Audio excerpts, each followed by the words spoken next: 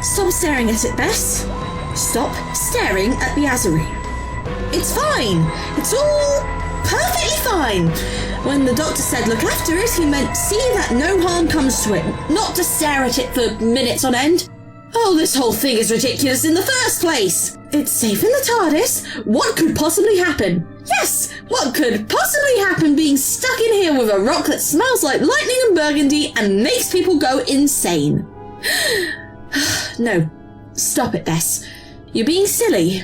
The doctor said there was nothing to worry about, so obviously there's nothing to worry about. Because the doctor, he's so trustworthy. No, you're being unfair, Bess. The doctor may have his less forthcoming moments, but he's never been cruel, never been malicious. If he says it's all right, of course it's all right. So, glad that's settled. Everything is all right. I do have one question, though. Is it me, or have I been talking to myself for 5 minutes straight now? Who says you're talking to yourself? Who said that? Did I say that? Think back, Bess. Think back to what Simmons was saying when he drove you to Knightstown. Think about his stories, about the curse of Azurine. What did he say? Nothing. Absurd stuff. Oh? What did he tell you? Oh, I don't know. Silly stuff, like it affects your taste buds so vegetables taste all dull and chalky. And what are you having for lunch right now? A salad. How is it? Bit chalky. Blech. Doesn't prove anything. I'm not convinced. Fair enough. Remind me though, when you were talking earlier, what did you say it smelled like? Lightning and burgundy? Why? Well, I was simply curious what lightning and burgundy smelt like. It's like, wait. No, that doesn't make any sense. But just as I thought. Olfactory hallucinations. Not a great sign. But let's not jump to conclusions. Was there anything else we might be forgetting?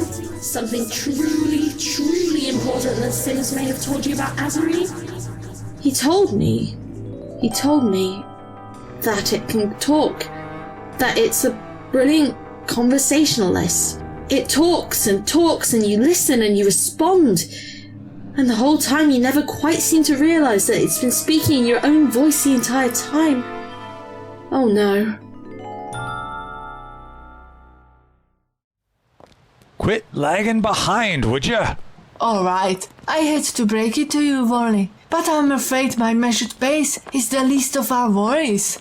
You know, considering that this entire day has been a string of catastrophes, that would be downright hilarious if it were happening to anyone besides us.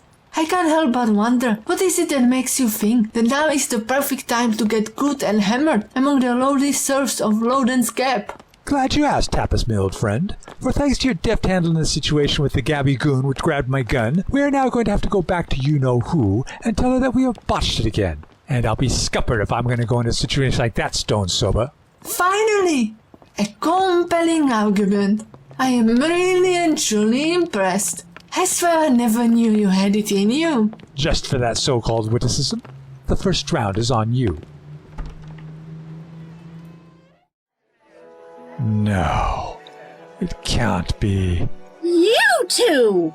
What are you idiots doing here? This is my nightmare. You know these two? Why aren't you out there taking care of that thing? Because he stopped us. Gab?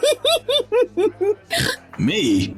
I caught those two trying to get rid of Fintwood. They threatened me, so I took their gun. You took their gun? Wait, you lost your gun? No. Yes.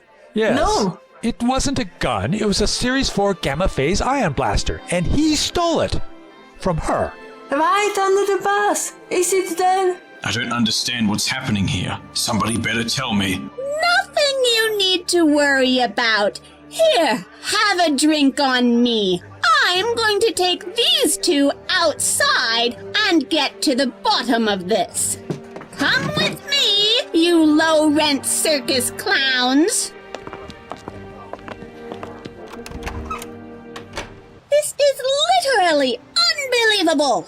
How is it possible for two people to be this stupid.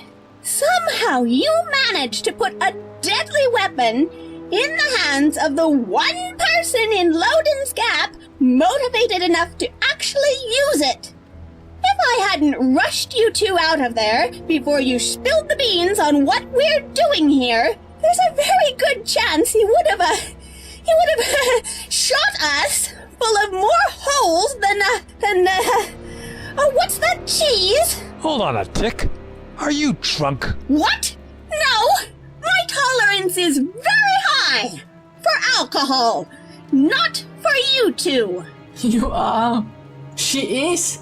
She's completely slow-slowed. Well, what do you know about that? It's high and mighty, ripped to the gills like us common folk. That's enough! Oh, what are you gonna do to us?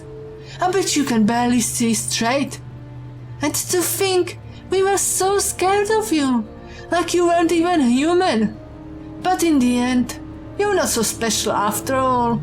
Oh, special, is it? You want special?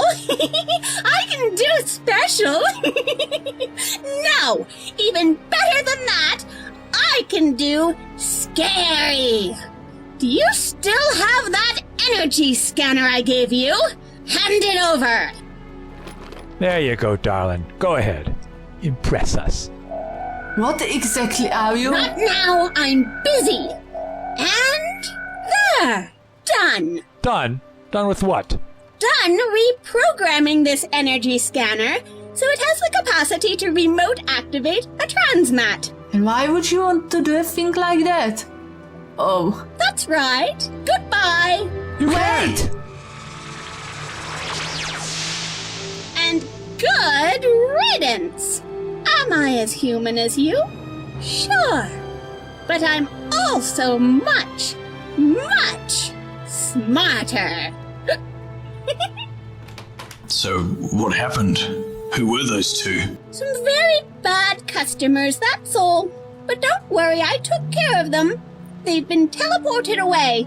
Into deep space, if we're lucky. Or maybe Florida. Either way, they're not our problem anymore.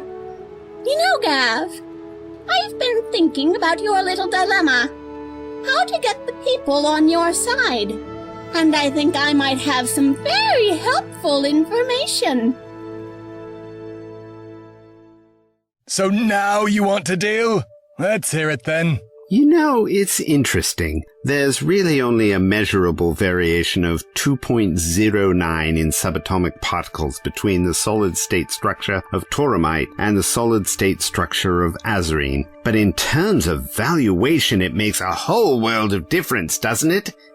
Well, I thought it was interesting anyway. Enough games! No games. You give me the tauramite mining rights for Loudon's Gap, and I will give you your precious azurine. Deal? Deal. What? No! Out of the question. Sir, be reasonable. The profits we make on those mining rights is multitudes more than the value of the azurine. It would be a terrible business move. Oh, yes, you're right. The proceeds from the mining rights are what allows me to afford to buy up all the azurine. Good point, Darrow. No deal. But you're only buying azurine that you already own. You don't need profits to just keep what's already yours. Are you totally daft? I'm not daft, you're daft. This is a business. A business needs profits. Our shareholders... Sir, we do not have shareholders. Shut up, Darrow! Well, I can see that this is going to take a bit more lateral thinking.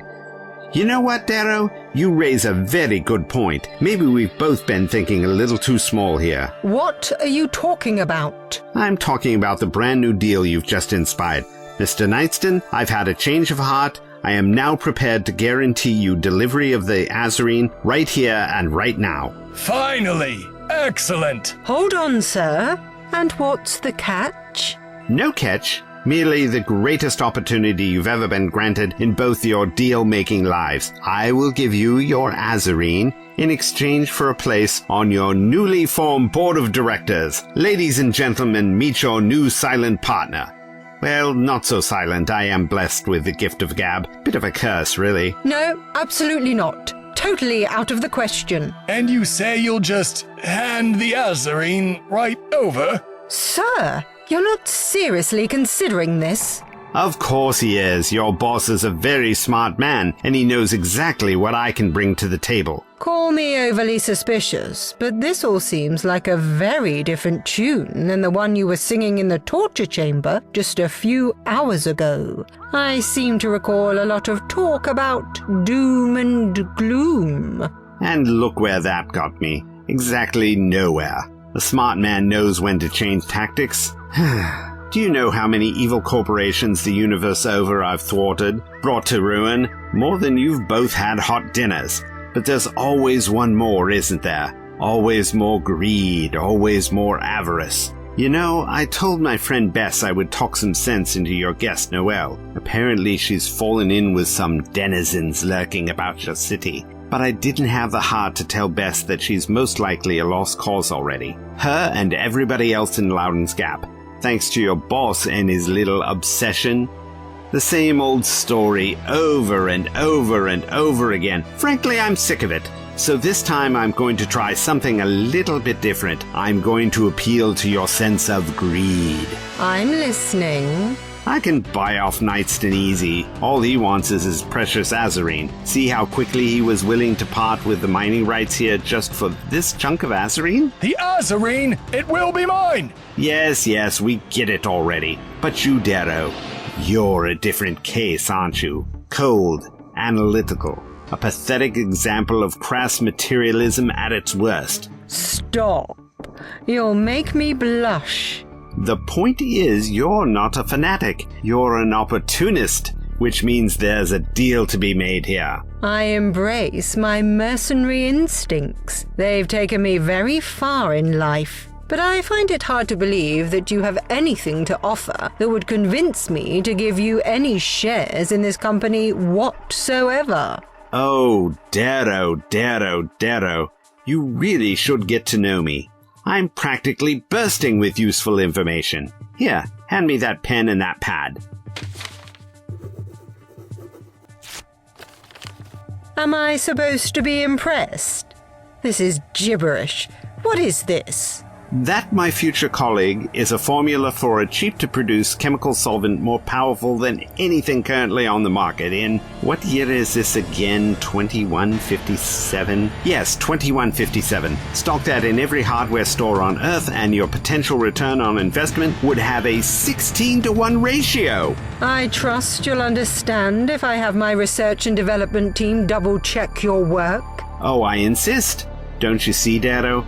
We can help each other, and everybody can get what they want. And what is it that you really want, Doctor? Other than total freedom for the people of Loudon's Gap? Yes, other than that. I told you, Darrow, I'm tired of this dance. If we make a deal here, I will make you richer than you ever dreamed possible. And in exchange, you're going to become one of the good guys. No more oppressing your workers, no more exploiting the land, and the next time some wannabe Tobias Vaughn or Global Chemicals starts to get ideas above their station, you will smash them to bits, making the world a warmer, fuzzier place for all humankind. Nightston Industries is about to become a gun, one that I plan on aiming at the right targets. No, wait. I actually really hate guns. Note to self, work on a better metaphor. But in the meantime, shall we find me a corner office?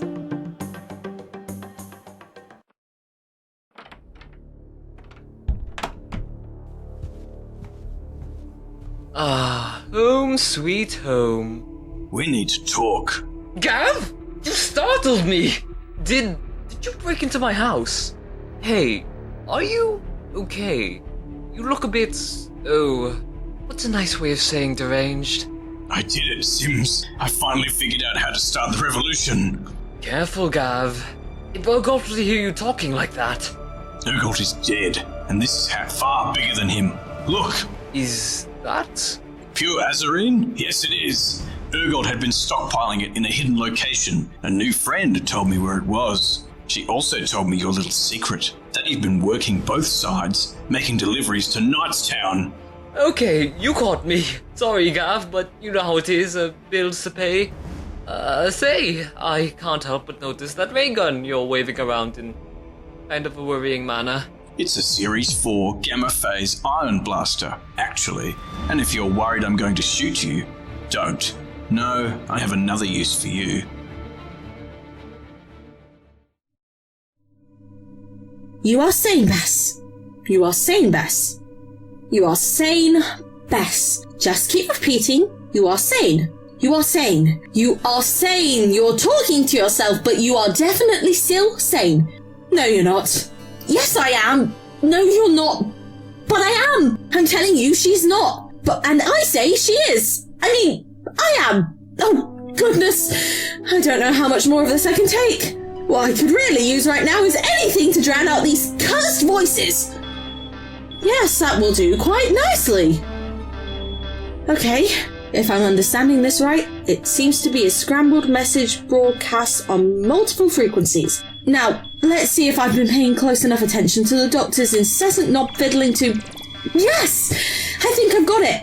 Repeat. This is the Doctor. I'm sending this secret-coded message on all frequencies in the hope you can pick it up in the TARDIS. The situation has changed, and I now need you to bring the Azurine to Knightstown. It is imperative that you get here as soon as you can. I repeat, this is the Doctor. I am sending this secret-coded message on all frequencies. Doctor, what are you up to? Oh, this blasted waiting. Your friend said she'd be back by now. But where is she? Friend? The Lady Bess. Oh, Bess! No, I have no idea where she got off to. She was supposed to be getting us help. Oh, then I guess she's doing that then. Aren't these bliss baths divine? It's like I'm soaking in a cloud. Dash it all, this simply won't do. I rather think I'm going to have to take some initiative here. Citizens, come with me. He seems very stressed. Oh well, now it's just me and the delightful works of Calendara St. Vienne. I think I'll watch Wheels of Heel, where she plays a former nurse turned champion roller skater who has to stop a bubonic plague outbreak. Delightful as that would be, I have a better idea. Why don't you get out of that bath, get dressed, and help me out on a very special mission that only you can accomplish? I don't remember this part at all. That's because this isn't part of the movie. I, Calendara St. Vienne, am really and truly talking to you, Noel, whatever your last name is. Wait, no. No way! You're here! You're really here! In the flesh. Or in the hologram, as it were. Wow, this is my dream! I would have so many questions! Like, what is it like to kiss international superstar hunk Laneforth Armbruster? Did you really learn to tightrope walk before you could crawl, like your bio says? And how did you get into the head of an astronaut stroke cabaret singer in your hit holovid, The Tune is a Harsh Mistress? Noel, I need you to focus, okay? There are sinister doings at the heart of Knightstown, and you are literally the only person available to help me stop them. Are you up to the task? Well, I don't see why not. Sims, there you are! I've been looking for you. I need you to... Oh, you're shirtless. Why are you shirtless? All of a sudden my shirt got real uncomfortable. I think I might have developed a spontaneous wool allergy. But never mind that now. Bess, it's so great to see you. How have you been? Say, what's in the box? I don't have time for pleasantries. This is an emergency. I need you to take me back to Knightstown. The doctor needs my help. Knightstown? Ooh, I don't think you want to go there. I just saw Gav and he really has a head of steam on. He finally convinced the workers to march on the city and demand justice. How did he manage that? He told them that the company had been holding out Azurine on them. He even had a sample to back up his claims. Any minute now, that place is going to be ground zero for the revolution. His words, not mine. Well, that makes it all the more important that I get there with due haste. Oh, I don't want to talk about that anymore. I want to talk about us. Sims, I've made this perfectly clear. I'm appreciative of your help, and I'm sure you will make a fine partner to someone. but that someone is not me, and it never will be. There is no us. You know, I'm getting a little bit tired of you playing hard to get. I mean, really, enough is enough. What's a guy got to do to have his affections returned over here? Sims, you are violating my personal space. This is unacceptable behavior. Back away this instant! Come on, just give us one little kiss. I promise it'll change your life. Sims, no! Don't you dare! Unhand me! Look, you've made me drop my... Sims! I'm warning you! I will not be accosted in such a manner! Stop! Never lay a hand on a woman without her permission. Have you taken leave of your senses? And you pretend to be a gentleman! Oh, I see how it is. I'm not classy enough for a lady like you. You're like an angel who smells like springtime and smooth jazz. And I'm a lowly work. Springtime and smooth jazz? Skin suddenly sensitive to certain fabrics. Oh no. Sims, it's the Azurine. Don't you remember you warned me about those symptoms? Your mind has been affected. Oh, you can say that again. All I can think about is you. And I know, I may not be a gentleman like you're used to, but that doesn't mean I can't become one. For instance, a person who has a classy gentleman type would help you with your things. So allow me to pick up that box that you so clumsily... Say, wait a minute, that glow. I think I recognize that glow. That's Azurine. Do you know what this means? I think I might understand far more than you do. I'm rich. Finally, a chunk of Azurine all my own. I can sell this to Early Nightston, and I'll have more than enough money to treat you the way you deserve to be treated. Sims, no! Give it back! The doctor needs the Azurine! Not as much as I do. Don't worry, Bess. When we next see each other, I'll be the perfect suitor. Sims, no! Come back! You don't know what you're doing! Oh, now what am I going to do?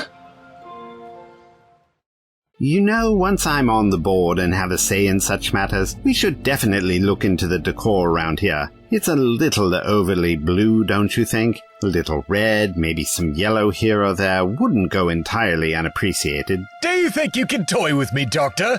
Where is my Azurine? Excuse me. Now that it's just the two of us, be honest with me, Nightston. This city of yours, it's not really made of pure Azurine, is it? How dare you! Come on, I promise I won't tell anyone. Can't have word getting out after all. Just think how terrible it'd be for tourism. You'd have to correct all the travel brochures, and don't even get me started on what it would do to the resale value. You're testing my patience, Doctor. And yet you won't do anything, will you? You'll threaten and you'll fume and you'll stomp your feet, but we both know that you'll never really do anything, because you want what I have too much. As long as I've got the Azurine, and as long as you're an addled, obsessed, pathetic old fool, I will always have power over you. Thank you. We'll see you soon. Goodbye. Good news, sir. It seems the Azurine is now in the possession of one of our delivery drivers, a man named Sims. He's willing to sell, and he's on his way as we speak. So I guess we won't be taking your little deal after all, Doctor. Sims? But no, that can't be right. I left it with Bess. There has to be a mistake. No mistake, Doctor. He texted me a photo. Oh, well, that is definitely Sims, and he is definitely holding the Azurine. So you understand that where I come from, addled, obsessed, pathetic old fool is a term of endearment, yes? How quickly fortunes change, Doctor. This Sims will be here very, very soon. It seems we have no further need for you.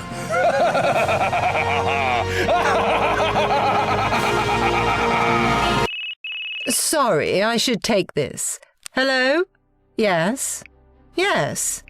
Right. When did this happen? Okay. Yes, okay. I understand. I'll let him know. Who was that? Was that Sims? Is he here? Send him in! Sir, it hasn't even been a minute since he... It regards a more pressing matter, sir. What matter could be possibly more important than my Azurine? I've just been informed that a Loudon's Gap worker named Gav has revealed some of our business practices to his fellow workers, and they are marching this way to storm the city and string up everyone inside its walls. Blast it! Will Sims get here before them? I'm guessing not. Well, you two should really have seen this coming. Sooner or later, the people always turn on their oppressors. Doctor, I don't suppose it occurred to you that as long as you're in this office with us, trying to cut a deal, as far as they're concerned, you are one of their oppressors. Oh, good point.